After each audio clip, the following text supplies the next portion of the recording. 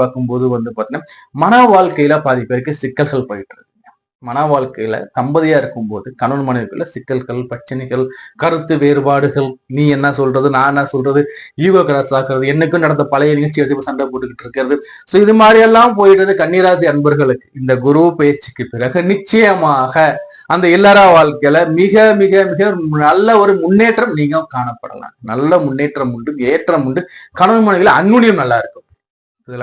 ஏன்னா 7ஆம் இடத்துல போய் சனி உட்காரும் போது பாத்தீங்கன்னா எப்படி இருக்கும்னா 5க்கும் 6க்கும் உரிய சனி. இவர் போயிட்டு 7ல உட்காரும்போது சின்ன சின்ன சண்டை, சச்சரவுகள், கோபத்தை முடிவு மனைவி கிட்ட காட்டுறது, நம்ம வெளில யாரோ பேசிட்டாங்க உனது வீட்டுல உனது காட்ட, இந்த நிகழ்ச்சிகள் எல்லாமே இனிமே மாறுங்க. சுபமா இருக்க போறீங்க. முதல் விஷயம். சரி, குருவோட பார்வைகள் 11 லாபத்துல குரு, பண வரவு ஏறும். உங்களுடைய சேமிப்பு உயரக்கூடிய காலமா இருக்கு. உங்க அக்கௌண்ட்ல இதுக்கு மேல இதுவரைக்கும் காசு இருந்தாலும் இதுக்கு மேல காசு அக்கௌண்ட்ல ஏறும்பா, கவலை வேணாம். சேமிப்பு உயரப்போகுது.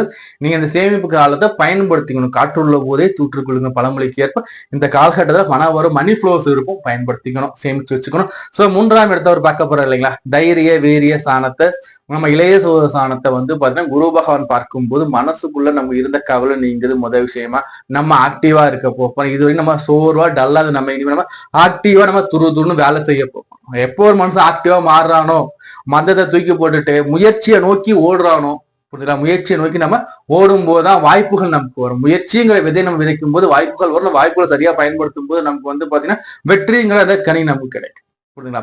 சோ இனிமே முயற்சி உங்களுக்கு பன்மடங்கா இருக்கும். முயற்சி இருந்தாவே போதும், எல்லாமே கிடைச்சிடும். சோ அடுத்தபடியா 5ஆம் இடத்தை ஒரு பாக்குறேன், புத்திர பாக்கியம். இதுவரைக்கும் குழந்தை இல்லைன்னு சொல்ற கன்னிராசி என்பர்களுக்கு புத்திர பாக்கியத்தை ஏற்படுத்தி கொடுக்க போறாங்க. குழந்தை பிறப்பு பாதி பேர் IVF IRF எல்லாம் போயிட்டா சார், எனக்கு பாத்தீங்கன்னா எனக்கு புத்திர பாக்கியதே இல்ல சார், எனக்கு ரொம்ப மன உளைச்சல் சொல்லிட்டு கன்னிராசிக்காரங்களுக்கு குழந்தை பாக்கியதே உண்டு. அதே மாதிரி திருமணமாகிற கன்னிராசிக்காரங்களுக்கும் பாத்தீங்கன்னா இந்த ஒரு ஆண்டுகளுக்கும் புத்திர சந்தான பாக்கியதை ஏற்படுத்தி கொடுக்க வாய்ப்புகள் அதிகம். ஆக மொத்தத்துல புத்திர பாக்கியதை உண்டு. பூர்வீக சொத்துக்கள் பிரச்சனை நீங்க போகும்போது குலதெய்வத்துக்கு போயிட்டு நீங்க ஒரு பூஜை போட்டு வரணும். இந்த காலகட்டத்தில் குலதெய்வ கோயில் எங்க இருக்கும் போயிட்டு வழிபாடு பண்ணிட்டு வந்துருங்க. சோ அதே மாதிரி இந்த குருவுடைய உச்சப்பாறைங்கிறது சனி மேல விழும்போது கண்டக சனி உங்களுக்கு இனிமே இருக்க போறதுல குடும்ப வாழ்க்கை சிறப்பா இருக்க. சோ இல்லத்தரசிகளுக்கு எடுத்து பார்க்கும்போது எப்படி இருக்குன்னா இல்லத்தரசிகளை எடுத்து பார்க்கும்போது இது வரைக்கும் குடும்பத்துல இருந்த பிரச்சனை நீங்க போதுமா, அதே குடும்பத்துல உங்களுக்கு போயிட்டு இருக்க சண்டை சச்சரவுகளும் சரி, உங்களுக்கு இருக்கிற டாமினேஷன் சரி, உங்களை டாமினேட் பண்ணிக்கிட்டே இருக்காங்க, என்ன கார்னர் பண்றாங்க, இந்த மாதிரி நிகழ்வுகள்லாம் நீங்கி இனிமே நல்லா இருக்க போறீங்க. முதல் விஷயம். அதே மாதிரி படிக்கிற மாணவர்களை எடுத்து பார்க்கும்போது பாத்தீங்கன்னா படிச்சுக்கிட்டு இருக்கும் போதே சம்பாதிக்கிற எண்ணங்கள் வரும். படிச்சுக்கிட்டு இருக்கும்போதே சம்பாதிக்க எண்ணங்கள் வரும். படிச்சுக்கிட்டே நான் பார்ட் டைம்ல சம்பாதிக்கேன் சார், அந்த மாதிரி அமைப்புகள் தேடி அதை நீங்க பயன்படுத்திக்கோங்க.